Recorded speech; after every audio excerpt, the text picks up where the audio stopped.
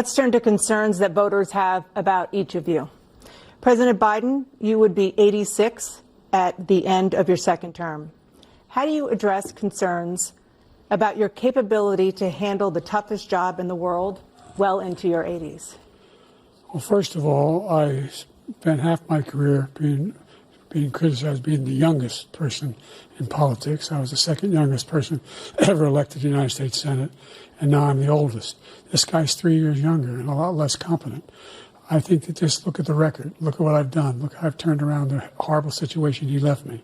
As I said, 15 million new jobs, 800,000 manufacturing jobs, more investment in America, over billions of dollars in private investment in enterprises that we are growing. By the way, we brought an awful lot of people, the whole idea of computer chips. We used to have 40% of the market. We invented those chips, and we lost it because he was sending people to find the cheapest jobs overseas and to bring home a product. So I went to South Korea. I convinced Samsung to invest billions of dollars here in the United States. And guess what? Those fabs, they call them, to build these chips, those fabs pay over $100,000. You don't need a college degree for them. And there's billions, about $40 billion already being invested and being built right now in the United States, creating significant jobs for Americans from all over the world. President Biden, you have 40 seconds left. Would you like to add anything? Yeah, I would. The idea that somehow we are this failing country. I never heard a president talk like this before. We're the envy of the world. Name me a single major country president who wouldn't trade places with the United States of America for all our problems and all our opportunities. We're the most progressive country in the world in getting things done. We're the strongest country in the world. We're a country in the world who keeps our word, and everybody trusts us, all of our allies, and those who he cuddles up to, from Kim Jong-un, who he sends love letters to, and Putin, etc. They don't want to screw around with us. Thank you. Former President Trump, to follow up, you would be 82 at the end of your second term. What do you say to voters who have concerns about your capabilities to serve? Well, I took 2 tests, cognitive tests. I aced them, both of them, as you know. We made it public. He took none. I'd like to see him take one, just one, a real easy one. Like go through the first 5 questions. He couldn't do it. But I took 2 cognitive tests. I took physical exams every year. And, you know, we knock on wood wherever we may have wood, that I'm in very good health. I just won 2 club championships, not even senior, 2 regular club championships. To do that, you have to be quite smart, and you have to be able to hit the ball a long way. And I do it. He doesn't do it. He can't hit a ball 50 yards. He challenged me to a golf match. He can't hit a ball 50 yards. I think I'm in very good shape. I feel that I'm as in good a shape as I was 25, 30 years ago. Actually, I'm probably a little bit lighter, but I'm in as good a shape as I was years ago. I feel very good. I feel the same.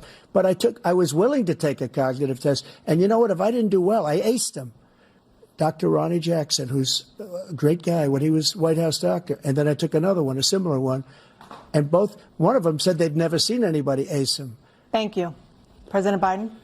You can see he is 6'5" and only 223 pounds, or 235 pounds. You never said it was 6'4". Well, you said 6'4", 200. Well, anyway, anyway, just take a look at what he says he is and take a look at what he is. Look, I'd be happy to have a driving contest with him. The reason I got my handicap, which when I was vice president, down to a 6. But by the way, I told you before, I'm happy to play golf with you if you carry your own bag. Think you can do it? That's the biggest lie. He's a 6 handicap of all. I was an 8 handicap. Yeah. 8. Never. But I had, you know how many? I've seen you swing. I know you swing. Let's not act like children. President Trump, we're going to turn Let's not act like children. to a specific concern that voters have about you. Will you pledge tonight that once all legal challenges have been exhausted, that you will accept the results of this election, regardless of who wins, and you will say right now that political violence in any form is unacceptable? Well, I shouldn't have to say that, but of course I believe that. It's totally unacceptable. And if you would see my statements that I made on Twitter at the time, and also my statement that I made in the Rose Garden, you would say it's one of the strongest statements you've ever seen. In addition to the speech I made in front of, I believe, the largest crowd I've ever spoken to. And I will tell you, nobody ever talks about that. They talk about a relatively small number of people that went to the Capitol and in many cases were ushered in by the police. And as Nancy Pelosi said, it was her responsibility, not mine. She said that loud and clear. But the answer is, if the election is fair, free, and I want that more than anybody. And I'll tell you something. I wish he was a great president, because I wouldn't be here right now. I'd be at one of my many places enjoying myself. I wouldn't be under indictment because I wouldn't have been his political opponent, because he indicted me because I was his opponent. I wish he was a great president. I would rather have that. I wouldn't be here. I don't mind being here. But the only reason I'm here is he's so bad as a president that I'm going to make America great again. We're going to make America great again. We're a failing nation right now. We're a seriously failing nation. And we're a failing nation because of him. His policies are so bad. His military policies are insane. They're insane. These are wars that will never end with him.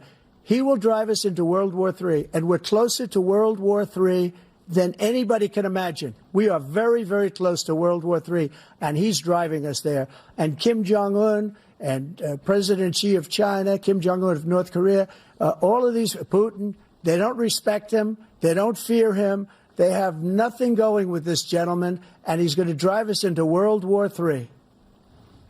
You want a World War III, let him follow and win, and let Putin say, do what you want, NATO. Just do what you want. There's a thing called Article 5. An attack on one is an attack on all, and required response.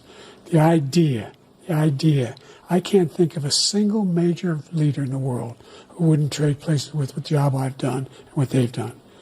Because we are a powerful nation. We have wonderful people. It's because of the people, not me. It's because of the American people. They're capable of anything, and they step up when they're needed. And right now, we're needed. We're needed to protect the world because our own safety is at stake. And again, you want to have a war, just let Putin go ahead and take Kyiv, make sure they move on, see what happens in Poland, Hungary, and other places along that border. Then you have a war. President Trump, as I come back to you for a follow-up, the question was, will you accept the results of this election, regardless of who wins? Just to finish what he said, if I might, Russia, they took a lot of land from Bush. They took a lot of land from Obama and Biden. They took no land, nothing from Trump, nothing. He knew not to do it. He's not going to play games with me. He knew that. I got along with him very well, but he knew not to play games. He took nothing from me. But now he's going to take the whole thing from this man right here. That's a war that should have never started. It would have never started ever with me. And he's going to take Ukraine. And, you know, you asked me a question before, would you do this with? He's got us in such a bad position right now with Ukraine and Russia, because Ukraine's not winning that war. He said, I will never settle until such time. They're running out of people. They're running out of soldiers. They've lost so many people. It's so sad. They've lost so many people, and they've lost those gorgeous cities with the golden domes that are 1,000 years old, all because of him and stupid decisions.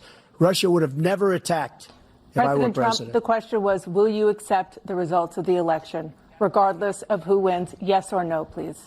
If it's a fair and legal and good election, absolutely. I would have much rather accepted these. But the fraud and everything else was ridiculous. And if you want, we'll have a news conference on it in a week, or we'll have another one of these in a week. But I will absolutely, there's nothing I'd rather do. It would be much easier for me to do that than I'm running again. I wasn't really going to run until I saw the horrible job he did. He's destroying our country. I would be very happy to be someplace else, in a nice location someplace. And again, no indictments, no political opponent stuff, because it's the only way he thinks he can win. But unfortunately, it's driven up my numbers and driven them up to a very high level because the people understand it. Well, let's see what your numbers are when this election is over. Let's see. You're a whiner. When you lost the first time, you continued, you appealed and appealed to courts all across the country. Not one single court in America said any of your claims had any merit. State or local, none. But you continue to provoke this lie about somehow there's all this representation, all this stealing. There is no evidence of that at all. And I tell you what, I doubt whether you'll accept it because you're such a whiner. The idea, if you lose again, you accepting anything, you can't stand the loss. Something snapped in you when you lost the last time.